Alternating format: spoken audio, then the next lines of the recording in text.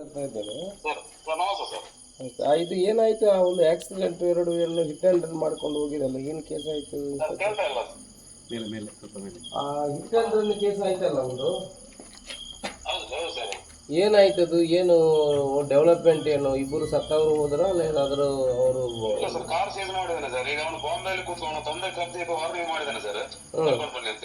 ಯಾರನ್ನು? ತಂದೆಯನ್ನು ಕರೆದು? ಹೌದು ಸರ್. ತಂದೆಯನ್ನು ಒಳಗೆ ಕೂರಿಸಿ ತಂದೆಗೆ ಈಗ ಲಾಯರ್ ಕರ್ಕೊಂಡು ಬಂದಿದ್ದ ಸರ್. ಅದು ಜೋರು ಮಾಡಿ ಕಳಿಸಿ ನಾಳೆ ಸಂಜೆ ಒಳಗೆ ಬರ್ಬೇಕಂತ ಹೇಳಿ ಸರ್. ನೋಡಿ, ಈಗ ಅವನು ಏನಾದರೂ ಮಾನವೀಯತೆ ನೆಲೆಯಲ್ಲಿ ಮಾತಾಡಬೇಕು. ಮಗನನ್ನು ಅಲ್ಲಿ ಕೂಡಿಸಿ ಕುಡ್ಕೊಂಡು ಬಂದು ಇಡೀ ರೋಡಲ್ಲಿ ಓಡಿಸಿ ಜೀವ ತೆಗೆಯುವುದಂತ ಹೇಳಿದ್ರೆ ಅದಕ್ಕೆ ಜೀವಕ್ಕೆ ಬೆಲೆ ಇಲ್ವಾ? ಅಲ್ಲ, ಅವನ ತಂದೆಯನ್ನು ಒಳಗೆ ಕೂಡಿಸಿ ಇನ್ಸ್ಪೆಕ್ಟ್ರೆ, ಮಗುವರೆಗೆ ಅವನನ್ನು ಒಳಗೆ ಕೂಡಿಸಿ ತಂದೆಯನ್ನು.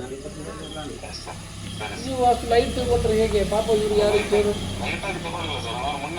ಅಲ್ಲಲ್ಲ, ನೀವು ಇವತ್ತು ಒಳಗೆ ಕೂಡಿಸ್ತಾ ಇದ್ರೆ ಅವ್ನ ಮಗ ನಾನೇ ಬರ್ತಾನೆ, ಎಲ್ಲಿಗೆ ಹೋಗ್ತಾನೆ? ಬರೋದಿಲ್ಲ. ನೀವು ಬಾಕಿಯವ್ರು ಏನೋ ಗಲಾಟೆ ಮಾಡ್ತಾರೆ, ತಾಯಿ ತಂದೆ ಮಗ ಎಲ್ಲ ಹೇಳ್ಕೊಂಡು ಹೋಗೋಣ. ಸೊ ಅವರನ್ನು ಕೂಡಿಸಿ ಒಳಗೆ, ಈಗ ರಾತ್ರಿ ಹೋಗಿ ಕರ್ಕೊಂಡು ಬಂದು ಒಳಗೆ ಕೂಡಿಸಿ ನಾನು DSP ಹೇಳ್ತೇನೆ. ಇಲ್ಲಾಂದ್ರೆ ಇವರೆಲ್ಲ ಊರಿಯವರೆಲ್ಲ ಹೊರಡ್ತಾರೆ. ಈಗ ಅವನು ಇನ್ಶೂರೆನ್ಸ್ ಕ್ಲೈಮ್ ಮಾಡಿ ಅಂತ ಅವನ ತಲೆಯಲ್ಲಿದ್ದರೆ ಅದು ಹಾಗೂ ಮಾನವೀಯತೆ ನೆಲೆಯಲ್ಲಿ ಏನಾದರೂ ಅವರು ಸಾಕಾರ ಮಾಡಬೇಕು. ಒಂದು ಗಂಡು ಒಂದು ಹೆಣ್ಣು, ಎರಡು ಮಕ್ಕಳು ಇರೋದು ಅವ್ರಿಗೆ, ಬೇರೆ ಏನಿಲ್ಲ. ಇಲ್ಲಿ ಮನೆ ನೋಡೋ ಪರಿಸ್ಥಿತಿ ಭಾಳ ಹಾಳಿದೆ. ಸೈಡಲ್ಲಿ ಹೋಗೋನು ಹೊಡ್ಕೊಂಡು ಹೋಗಿ ಸೀದಾ ಹೋಗಿ ಅಲ್ಲಿ ಹೋಗಿ ಅಡಗಿ ಕೂತಿದ್ದೇವೆ ಅಂತ ಹೇಳಿದ್ರೆ ಅದಕ್ಕೆ ಇದು ಮಾಡಲಿಕ್ಕೆ ಆಗೋದಿಲ್ಲ. ನೀವು ಅವನನ್ನು ಇಮಿಡಿಯೇಟ್ ಕರ್ಕೊಂಡು ಬಂದು ಕೂಡಿಸಿ. ಆಗ ಬೆಳಿಗ್ಗೆ ಬಂದು ಮುಟ್ತಾನೆ ಮಗ, ಬಿಸಿ ಮುಟ್ಟದಿದ್ರೆ ಆಗ್ತದ? ಇದೆಲ್ಲ ಸೋಷಿಯಲ್ ಜಸ್ಟಿಸ್ ಅಲ್ವಾ?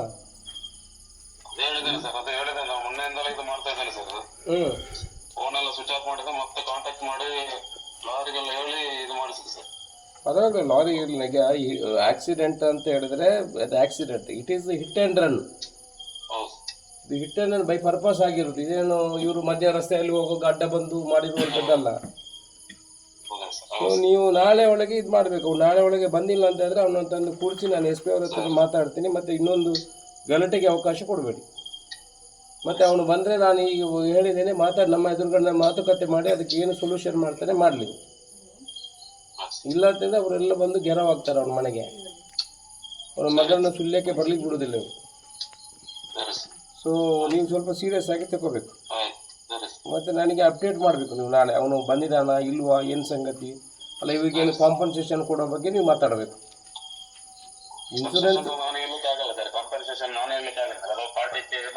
ಅಲ್ಲಲ್ಲ, ಅದಕ್ಕೆ ಹೇಳಿದ್ದು ನೀವು ಅದರ ಬಗ್ಗೆ ನೀವು ಅವರನ್ನು ಆ ವೇದಿಕೆ ಸೃಷ್ಟಿ ಮಾಡಿ. ಇವರಿಗೇನಾದರೂ ಮುಂದೆ ಜೀವನಕ್ಕೆ ಬೇಕಲ್ಲ.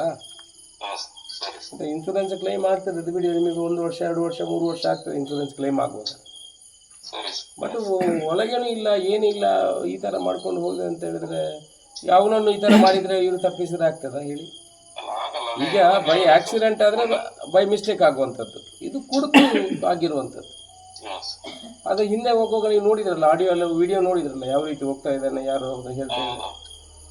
ಸೊ ಸ್ವಲ್ಪ ಆಕ್ಷನ್ ತಗೋಬೇಕಿದ್ರ ಬಗ್ಗೆ.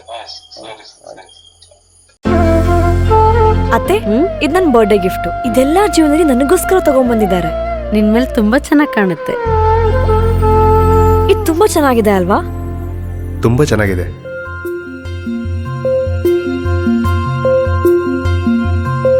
It will look really good on you. Amma? Huh? Mother is always son's first love.